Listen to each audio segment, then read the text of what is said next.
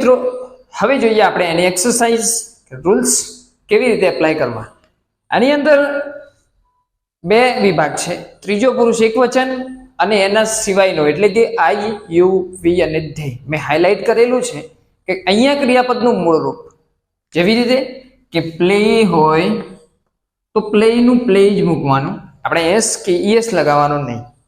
એ પ્રમાણે ત્રીજો પુરુષ એક વચન હોય તો આપણે એસ કાં તો ઈએસ લગાવવાનું, એટલે કે પ્લે છે તો એની જોડે શું લગાવવાનું તો કે એસ. એકદમ સિમ્પલ છે.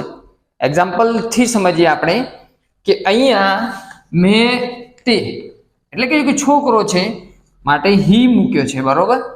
અને અહીંયા તેઓ એટલે કે ધે બહુવચન છે.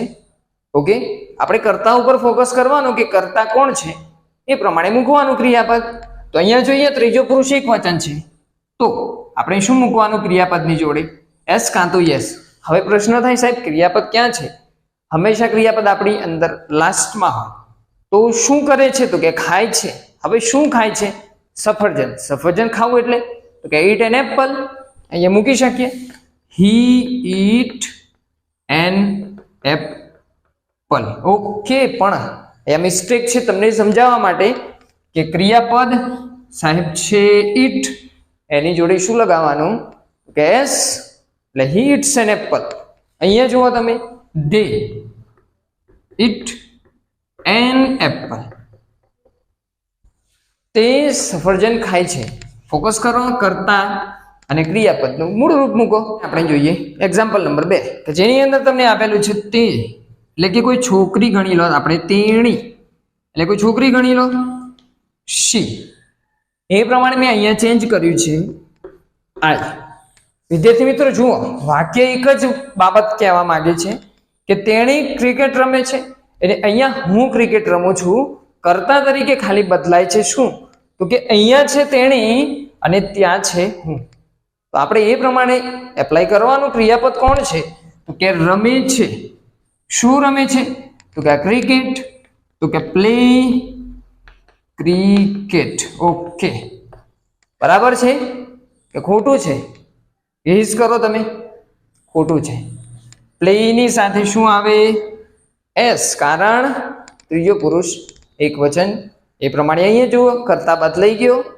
કોણ થઈ ગયું? ત્રીજો પુરુષ એક વચન સિવાયનો, મતલબ ક્રિયાપદનું મૂળ રૂપ પ્લે ક્રિકેટ.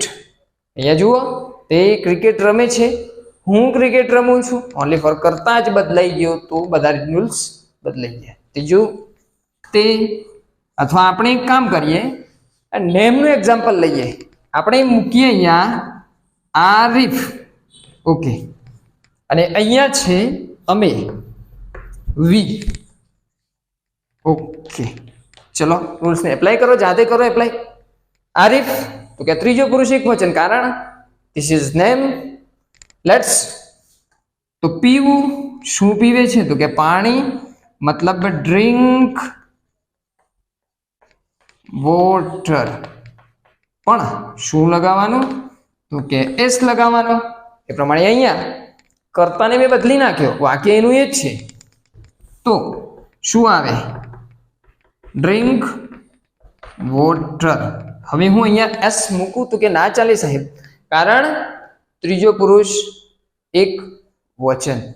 એ પ્રમાણે લાસ્ટની અંદર જોઈ લઈએ આપણે.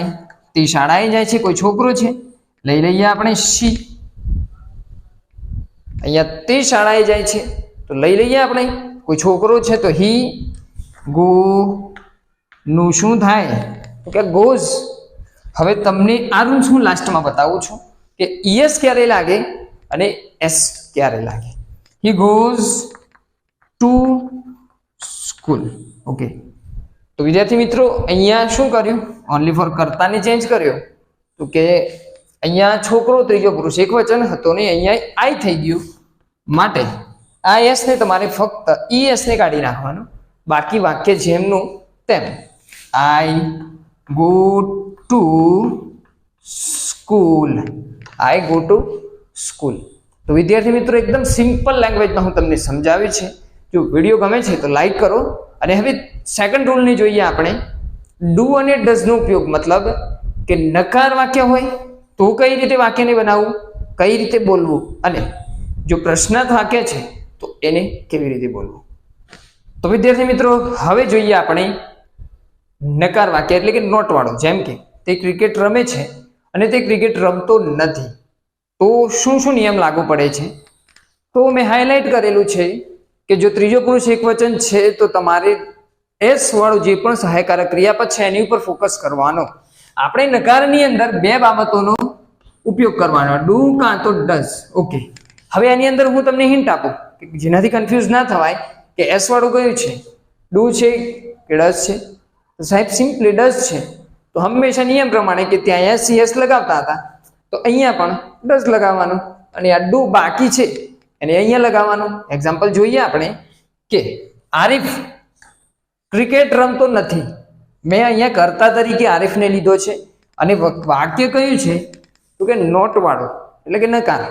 એ પ્રમાણે મેં કર્તાને ચેન્જ કર્યું અહીંયા તો કે અમે, એટલે આની સિવાયનું બહુવચન થયું. તો આરિફ, બરોબર. હવે શું મૂકવાનું? રમતો નથી, તો ફક્ત નોટ નહીં મૂકવાનું, પણ નોટની સાથે શું આવે? Does not play cricket. Arif cricket રમતો નથી. હવે સવાલ અહીંયા એ કરતા, હવે અહીંયા એ પ્રશ્ન ઊભો થાય કે ત્રીજો પુરુષ એકવચન છે તો મેં ક્રિયાપદનું મૂળ રૂપ કેમ મૂક્યું? તો હા, બરોબર સવાલ છે તમારો કે જો અહીંયાનો એસ છે એ ક્યાં આવી ગયો? યાદ રાખવા માટે કે આનો એસ છે એ ડઝની અંદર આવી ગયો, માટે આપણે એનું મૂળ રૂપ મૂક્યું છે. એ પ્રમાણે આ વાક્ય છે આનું આ, પણ કર્તા તરીકે કોણ છે? તો કે વી નોટની જોડે તમારે શું વાપરવાનું? Do not play cricket. તો આટલું સિમ્પલ છે વિદ્યાર્થી મિત્રો. તમારે ફોકસ કરવાનું ત્રીજો પુરુષ એકવચન, અને બરાબર દિમાગની અંદર રટી લો કે ત્રીજો પુરુષ એકવચન એટલે હી, શી, ઇટ અને ધેમ. અહીંયા જોઈએ આપણે તો કે બિલાડી. હવે કન્ફ્યુઝન આવી ગયું કે અહીંયા બિલાડી જેવું કંઈ છે નહીં, પણ ઓકે, અહીંયા ઈટ છે. ઈટ મતલબ આપણે શું, ઈટનો ઉપયોગ ક્યારે કરીએ? કે એનિમલ માટે કાં તો નિર્જીવ વસ્તુ માટે. અહીંયા એનિમલ છે અને ચેક કરો તો અહીંયા પણ બિલાડી છે અને અહીંયા બિલાડીઓ છે. કઈ ફરક દેખાય છે? અહીંયા એક વચન છે, અહીંયા બહુવચન છે.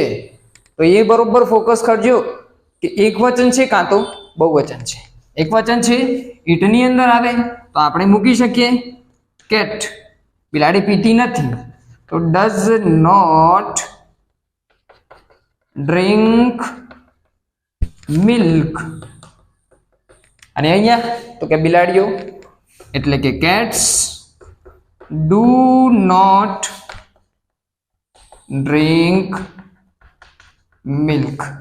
શું થયું? તો કે ફક્ત ને ફક્ત કર્તામાં ચેન્જ થયું, તો એ પ્રમાણે ક્રિયાપદની અંદર ચેન્જ થયું. લાસ્ટની અંદર તેણી કોઈ છોકરી છે તો કે શી, અને અહીંયા છે તેઓ, બહુવચન છે તો કે ધે. બસ આટલું ચેન્જ છે.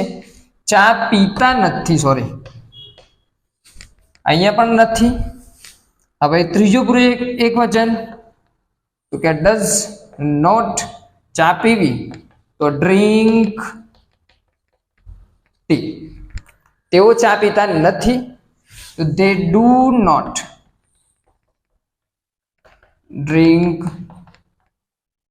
તો વિદ્યાર્થી મિત્રો, અહીંયા મેં એકદમ સિમ્પલ લેંગ્વેજમાં તમને સમજાવ્યું કે જ્યાં પણ ત્રીજો પુરુષ એકવચન એટલે સિંગ્યુલર, અને સિંગ્યુલર એટલે એસ. આપણે સિંગ્યુલર લખીએ તો આટલી હિન્ટ તમને યાદ રહી શકે કે સિંગ્યુલર થી એસ.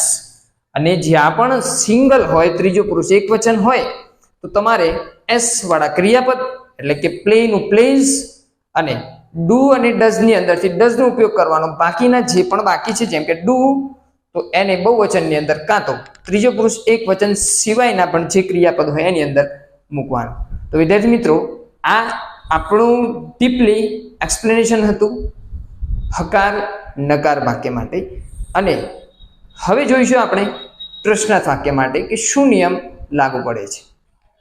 તો હવે કેટલાક એક્ઝામ્પલ સાથે આપણે નકારની પ્રેક્ટિસ કરી લીધી. હવે પ્રશ્નાર્થ માટે શું નિયમ લાગુ પડે છે એ જોઈએ. એની અંદર પણ ફક્ત એક જ વસ્તુ પર ફોકસ કરવાનો, ત્રીજો પુરુષ એકવચન અને એના સિવાયનું.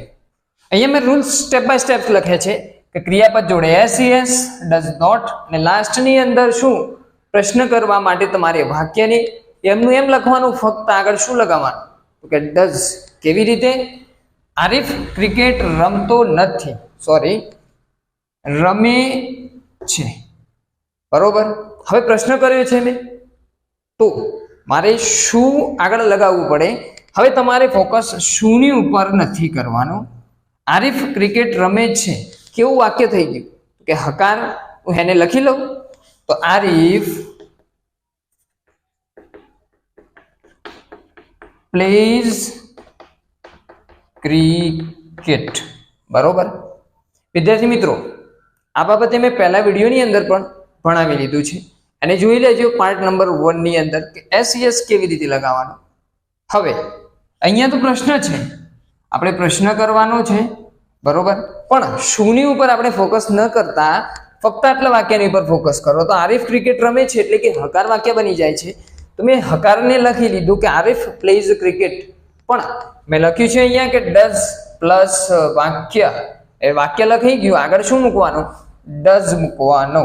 ડઝ. હવે આ એસ ને આપણે શું કરવાનું? રિમૂવ કરવાનું. કારણ એ એસ ક્યાં આવી ગયો તો કે ડઝ ની ઉપર. તો વિદ્યાર્થી મિત્રો, આટલું સિમ્પલ છે કે હકારની અંદર ફક્ત ને ફક્ત આગળ શું મૂકવાનું તમારે તો કે ડઝ. અહીંયા શું? અમે ક્રિકેટ રમીએ છીએ. બરોબર. તો અહીંયા ફરીથી હકારને બનાવી દો. અમે ક્રિકેટ રમીએ છીએ તો વી પ્લે ક્રિકેટ. ઓકે. પણ આ છે પ્રશ્ન, તો હંમેશા પ્રશ્ન માટે વાક્યની શરૂઆત ડુ થી થાય. એટલે કે વાક્ય લખી નાખવાનું અને આગળ શું લગાવવાનું તો કે ડુ. એટલે કે ડુ વી પ્લે ક્રિકેટ. શું અમે ક્રિકેટ રમીએ છીએ. એ પ્રમાણે અહીંયા જુઓ, શું બિલાડી દૂધ પીવે છે. તો શું કાઢી નાખો તો કે બિલાડી દૂધ પીવે છે. ઓકે. હકાર વાક્ય છે તો કે કેટ ડ્રિંક્સ મિલ્ક. આની અંદર મિસ્ટેક ના કરતા, હકાર વાક્ય છે તો એસ લગાવવાનો. બરોબર. પણ શું એટલે કે પ્રશ્ન છે તો ફરીથી મેં વાક્યની આગળ શું લગાવ્યું છે તો કે ડઝ. એટલા માટે ડઝ થી શરૂ કરવાનું અને આ એસ જે છે એ અહીંયા આવી ગયું, માટે આપણે એસ ને લગાવવાનો નહીં. Does cat drink milk. એ પ્રમાણે બિલાડીઓ, તો કેટ્સ ડ્રિંક મિલ્ક. અને વાક્યની શરૂઆત તો કે ડુ થી થાય. એક સિમ્પલ છે. અહીંયા શું? તેણી ચા પીવે છે, તો શું ને આપણે ફોકસ નહીં કરવાનો. તેણી ચા પીવે છે, હકાર વાક્ય છે તો શી ડ્રિંક ટી. ઓકે. અને આગળ શું છે માટે ડઝ મૂકવાનો. Does she drink tea. શું? તે ચા પીવે છે. અહીંયા શું તેઓ ચા પીવે છે. અહીંયા શું ચેન્જ થઈ ગયું? દે ડ્રિંક ટી. આગળ શું મૂકવાનું તો કે ડુ મૂકવાનું. તો વિદ્યાર્થી મિત્રો, અહીંયા આપણો સેન્ટેન્સ પૂરા થાય છે, સાદું વર્તમાન કાળ પૂરો થાય છે. ફરીથી આપણે રિવિઝન કરી લઈએ. ત્રીજો પુરુષ એકવચન એટલે એસ કાં તો એસ ની ઉપર ફોકસ કરો. ડુ અને ડઝ નો ઉપયોગ કરો. જો ત્રીજો પુરુષ એકવચન છે તો આપણે ડઝ મૂકવાનો અને ડઝ થી પ્રશ્નાર્થ વાક્યની શરૂઆત કરવાની. અને જો ત્રીજો પુરુષ એકવચન સિવાય છે તો તમારે ડુ થી વાક્યની શરૂઆત કરવાની. વિદ્યાર્થી મિત્રો, જો વિડીયો ગમે છે તો લાઈક, શેર અને સબસ્ક્રાઇબ કરો.